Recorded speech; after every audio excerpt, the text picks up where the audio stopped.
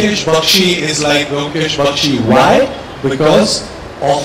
you know, the evil genius, because of the villain, because of the nemesis that they have got in the film. The bigger the villain, the more complicated the circumstances, the more intellectual, the more bigger is the hero, Byomkesh Bakshi. You have a dance number in this film which is being choreographed by Lauren. How was shooting for it? जो आप वो music video देखेंगे, मैं पिछले कुछ 11 सालों से dance कर रहा हूँ और आपको फिर से लगेगा कि मैं ये सिर्फ इसलिए बोल रहा हूँ क्योंकि मेरी फिल्म आ रही है और मैं उसको सेल करना चाहता हूँ, but you will watch the video next week and you'll get to know this is something that as a professional dancer I've never done it. You know, it's not choreographed. It looks not choreographed, but it's actually I've put in some say 50 hours in order to get it so correct that it looks not choreographed. I had absolutely in the beginning I thought that Byomkesh will be promoted by a rap song. 1943 की detective film लेकिन rap song होगा और बहुत ही डांसेबल song होगा और मेरे सारे दोस्त बाग राइटर उन्होंने मेरे को एक भी गाली नहीं बची जो मेरे को नहीं दी कि तुम क्या कर रहे हो ये तुमको गाली और पढ़ेंगी भी गाली मैं तैयार भी लेकिन मेरे को ये था कि ब्योमकेश जैसे 1943 के धोती वाले डिटेक्टिव की फिल्म में मेरे को एक डांस करना है फिल्म में नहीं हो सकता क्योंकि कहानी में जम गया तो मैं सोच रहा था कैसे करें so when the song came up finally we all got very excited and that's when the idea came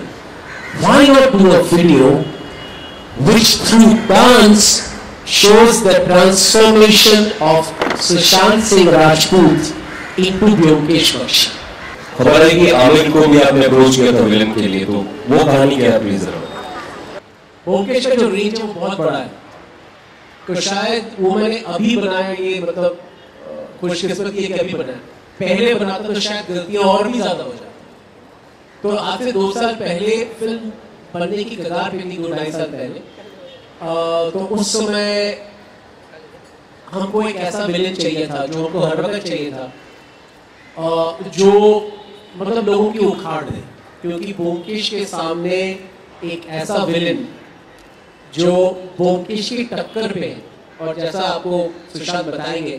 कि ब्योमकेश और उसका रिलेशनशिप भी बहुत अजीब सा है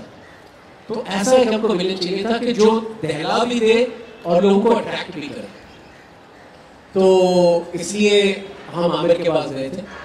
और मैंने उनको नरेशन की थी और आमिर ने पास किया आमिर ने कहा may be not this one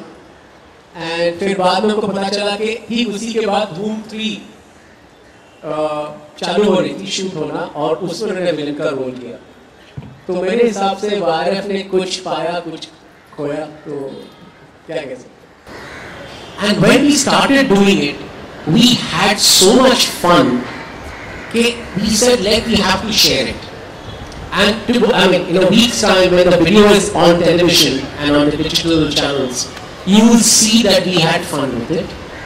and we want to share that fun with the audience because Byomkesh Bakshi is a film that you have to have fun with you know chips खाओ अचार खाओ स्वाद लो और एक film का मजा लो एक बीते हुए टाइम का मजा लो और एक कैरेक्टर का मजा लो और इस कैरेक्टर के साथ जो हो रहा है दोस्ती प्यार दुश्मनी इन तीनों इमोशंस का मजा लो all of that we tried to put in this video and we had fun and that shows I'm hoping that the audience will have how important it's become actually to do different kind of promotion because even after a film you feel के promotion में भी काफी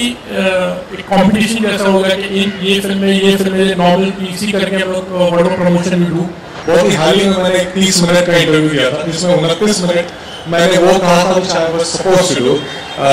जो कि हमने film के दौरान किया है you know the process जिस तरीके से मुझे फिल्म मिली तो वो सारे उन सब की बातों में 29 मिनट मैंने बात की 1 मिनट उन्होंने मुझसे बीच में पूछा कि यार आप शादी कब कर रहे हो और मैंने कहा करने की शादी तो हो ही रही है कुछ हो जाएगा और एक आर्टिकल आया जिसमें सिर्फ वो शादी के बारे में आर्टिकल था और बिल्कुल ही ब्योमकेश बख्शी के बारे में नहीं था what he was talking about was about the pitfalls of when you go on the front foot and try and promote something then sometimes that promotion is twisted in a way which does not necessarily work for the film, but works towards some other end. And that's something that we are repeatedly, all, not only Bromkesh, not only this film, all of us come across, that हम जाते हैं film के बारे में बताने और उसके चक्कर में कुछ और चीजों के बारे में डिस्कशन चली जाती है, तो वहीं में हमको धक्का लगता है. So that's why it's always a balancing game कि ये let's do this. Oh, but if we do this, then they'll talk about that. How do we counter that? So it's always you're trying to, you're looking over your shoulder and trying to guess. So yes, it's a bit of a mind fuck. It's a bit of a challenge on how to sort of get around this and get people to see the film. We are noticing that you're already talking like MS, the accent and everything. I just noticed. So could you tell us about what's the prep going on and when are you planning to shave your hair off for the character? When you think like this, the thing is कि ये film जो है पहले फरवरी में आने वाली थी. वही एग्जैक्टली मैं बोल रहा हूँ कि मैं कोशिश करता हूँ कि right from the time when I say yes to a film till the time the film is released मैं उसी तरीके से रहूँ, वो मेरे लिए भी हेल्पफुल होता है. पहले ये फिल्म आने वाली थी, मैं तब तक बिल्कुल वैसा था, क्योंकि थोड़ी सी हमने फिल्म आगे बढ़ा दी है, इसलिए why I am right now in the process of thinking about